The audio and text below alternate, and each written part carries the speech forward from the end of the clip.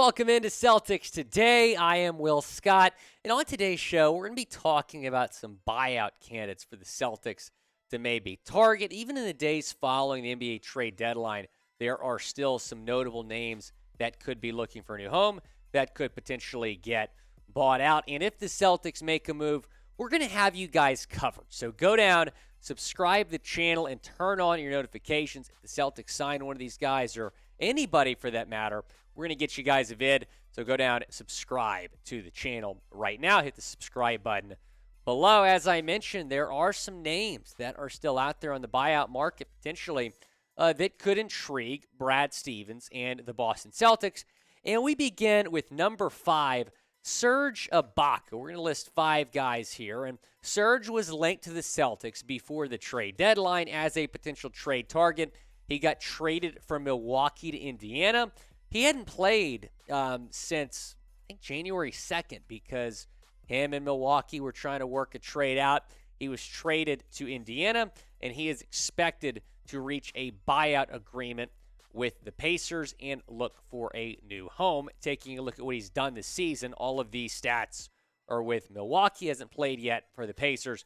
4.1 points per game, 2.8 rebounds per game, shooting over 48% from the floor, 11.6 minutes per game. He's obviously not the same player he once was, but maybe makes some sense for the Celtics to bring him in, add some depth at the 4. But you also traded for Mike Muscala, and you needed some depth down low, and so Moose certainly kind of helps you out there. So that's why Serge is probably not higher on my list here.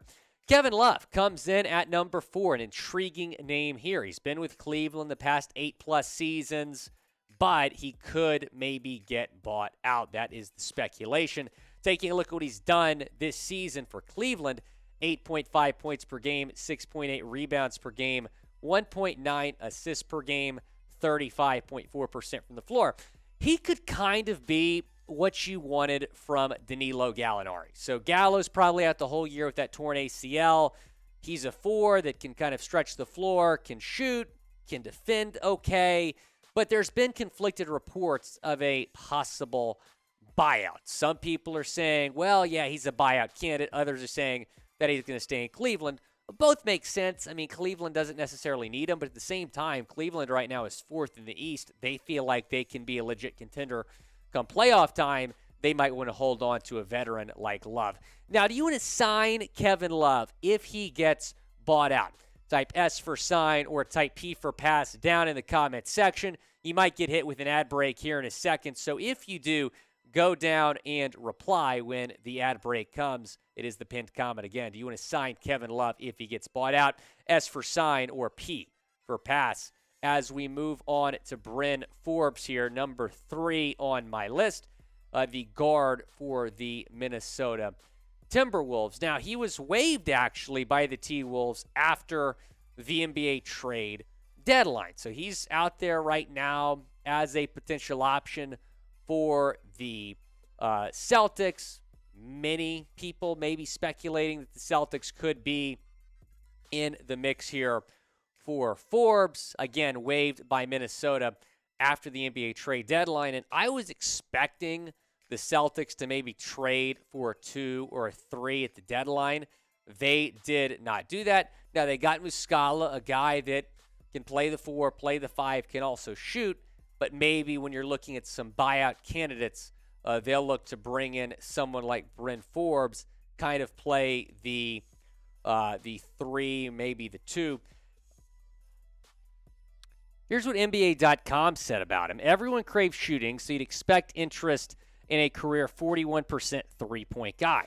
He was waived by the Wolves to open up room for the incoming Conley and Nickeil Alexander-Walker after limited impact. Just 268 minutes in 25 games, 14 of 46 from beyond the arc. Taking a look at where he might fit in with the Celtics, I don't want to have minutes taken away from Pritch, but at the same time, you have the chance to add a pretty good three-point shooter, career 41% from 3. Now, you did trade for Muscala, who's pretty good beyond the arc, but you might want to add a guard here when you're talking about some potential buyout candidates. I think it'd be a solid pickup. I mean, again, I don't want to take any minutes from Pritch. I'd want him to kind of be behind Pritch when you're talking about minutes. But still, I mean, you're talking about after the trade deadline, you're a little bit limited with your options. He would not be a bad pickup at all for the Seas.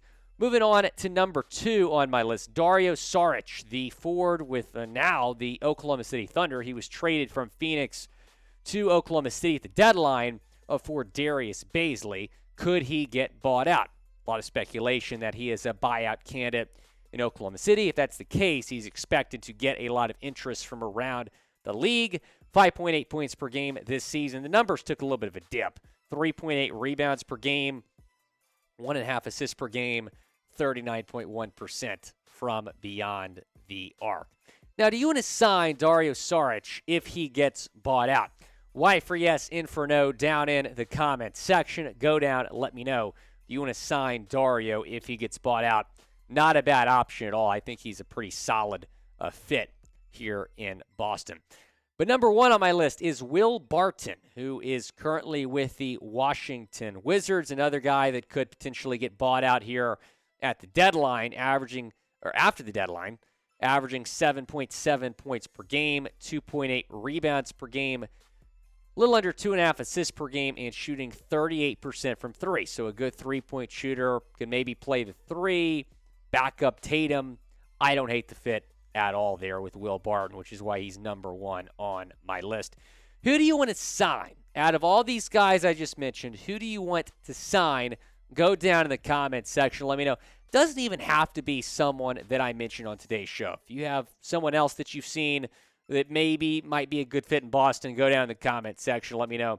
Now, he didn't come in the top 5 of my list. However, Patrick Beverley remains one of the biggest names on the buyout market. He's been waived by the Orlando Magic. Could the Celtics maybe be a potential fit? Now, I don't think so, but at the same time, you have to admire the energy that Patrick Beverley brings on both ends. He's one of the better defensive players in the league. The Celtics kind of pride themselves. Well, I don't know if Missoula ball, you could say this. At least last year, the Celtics kind of pride themselves on their defense, but maybe they'll want to add a defensive-minded presence in Patrick Beverley. He is certainly a name to look out for. I think he might be going back to Minnesota or elsewhere, but still a name to monitor here on the buyout market. Patrick Beverley, did want to at least mention him on today's show. Go down and subscribe. If the Celtics make a move, we're certainly going to let you guys know, so turn on your notifications. It's the best way to stay in the loop with our channel and with all Boston Celtics news and rumors.